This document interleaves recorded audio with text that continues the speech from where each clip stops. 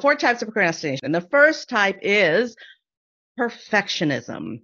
So my client, Kelly, she was a soap maker and an aromatherapist.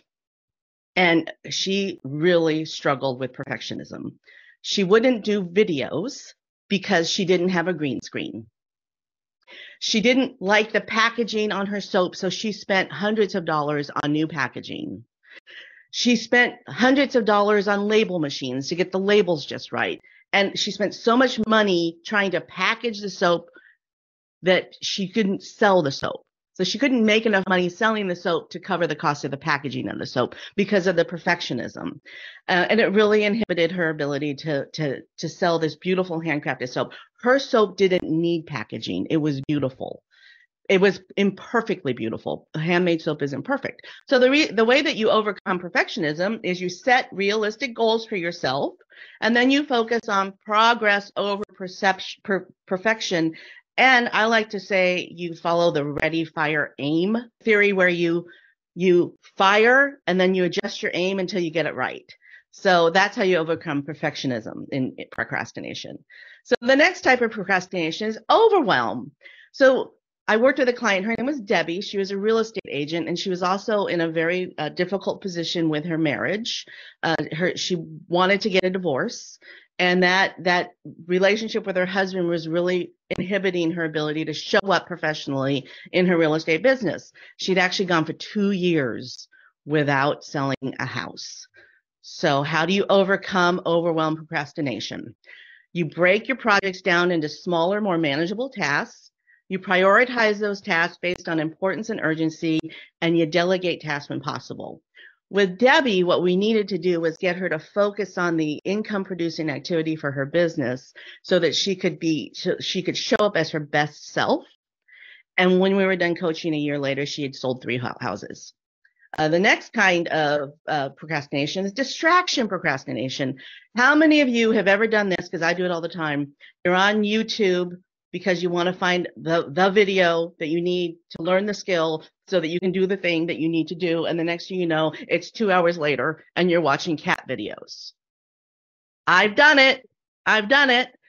So my client, Monica, she was a massage therapist, and she was also a radio DJ. So she loved this whole thing of being a DJ on this radio station, but it was an independent radio station. And their gig was that you can have a radio show if you want, but you have to bring your own advertisers.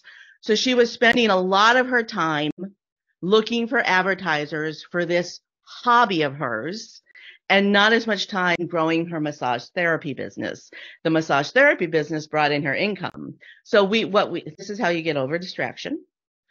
With distraction, you eliminate your distractions, or you limit them by time blocking productivity tools like the Pomodoro technique. The Pomodoro technique is you spend 25 minutes working on an activity and 5 minutes of rest. And the Pomodoro technique is how I stay productive.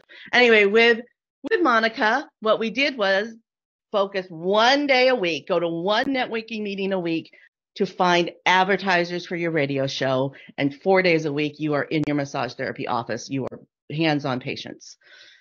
The final type of perfectionism is decision procrastination. So Linda was a very successful CPA, extremely successful. She was also an award-winning cake baker. She made beautiful wedding cakes. She was always rated #1 for cake making, but she had this CPA office with 6 employees, and she couldn't be in 2 places at once. So she had to make a decision.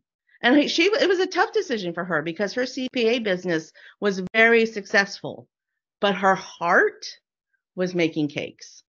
So how do you make a decision? You set deadlines for when you're going to make that decision.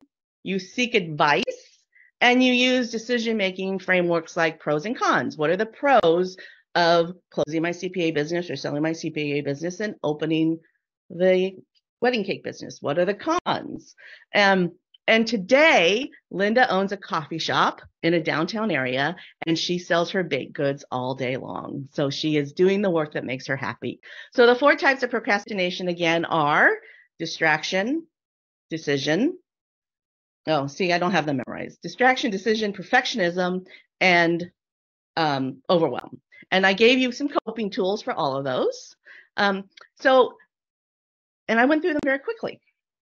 So here's a little bit about me. I wrote this transformation affirmation for myself many, many years ago. And with the help of Kevin Bozeman, I actually enhanced it about a year ago when Kevin gave us an I am statement training in class. So my transformation affirmation is I am a catalyst for transformation because I consistently encourage, edify, and enthusiastically celebrate inspired action. Well, that's what I do through my accountability coaching.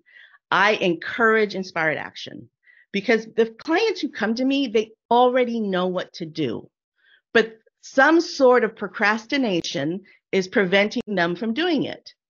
Perfectionism was preventing Kelly from selling her soaps. I forgot to tell you that the perfectionism got so much in her way that she stopped selling soaps altogether and realized that that's not what she wanted to do. She wanted to be a naturopathic doctor. So she went back to school and got her ND.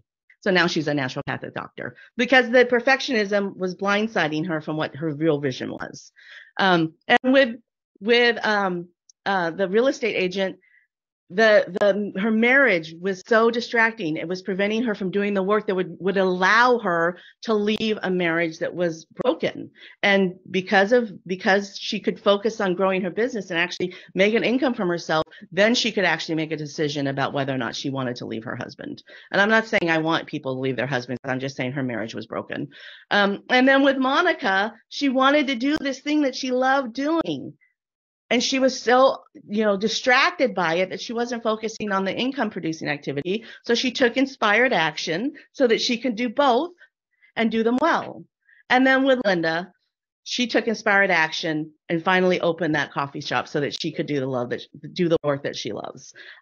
So how do I coach? I offer a really simple coaching program called Espresso Coaching. It's unlimited 15-minute accountability coaching sessions for 12 months. So when I say unlimited, I mean unlimited.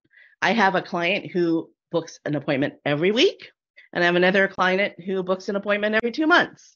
But it's on their terms. So the way this works is we have a 45-minute strategy call where we set your overarching goal. I'm not a strategy coach. You have to already know your strategy. We're setting goals in that appointment. I really prefer to work with people who've already gone through a coaching program with someone like Kevin, and then they come to me to hold them accountable to the things that Kevin said you need to do. So we do that 45-minute thing where we set your overarching goal, and then we set a goal for your next meeting. What is the one thing that you're going to do before you book your next appointment? And when they complete that activity, then they book their 15-minute accountability call. And that call is 15 minutes. We spend 5 minutes debriefing, 5 minutes going over what could have been different or what could have been better, and 5 minutes setting their next goal. And then they go out, they do the thing that they said they were going to do. And when they've done the thing that they're going to do, they book their next accountability call. So it's a really simple and dynamic system. It's a lot of fun. And it's just $2,400 a year. So who do you know who's a cake maker, a real estate agent, a massage therapist, or which one did I miss? Did I say soap maker? Who is a little overwhelmed, a little distracted, can't quite make the decision they need to make, who just needs a little gentle push through accountability coaching. For the price of a Starbucks a day, I can help them. I'm Candice Rodarty, accountability coach for solopreneurs who procrastinate.